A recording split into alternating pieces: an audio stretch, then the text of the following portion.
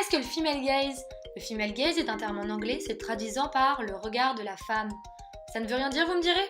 Eh bien si, le female gaze est un mouvement cinématographique américain ainsi qu'un mouvement féministe. Bien sûr, on n'avait pas encore vu de courant cinéma basé sur le genre.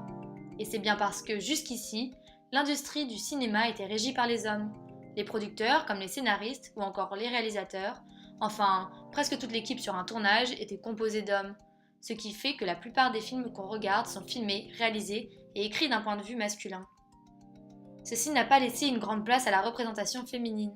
En effet, c'est ce que la théoricienne américaine de films Laura Mulvey a constaté lorsqu'elle a formulé pour la première fois, dans son essai Visual Pleasure and Narrative Cinema en 1973, le terme male gaze.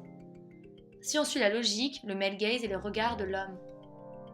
Elle a dénoncé cette inégalité des sexes sur le grand écran en pointant du doigt les problèmes que cette dernière engendrait.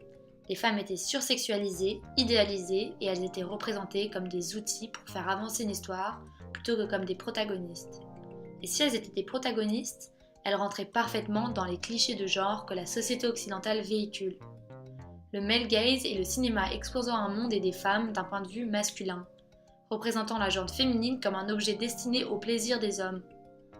Mulvey présente trois axes importants à cette théorie. La personne derrière la caméra, les personnages et l'audience visée.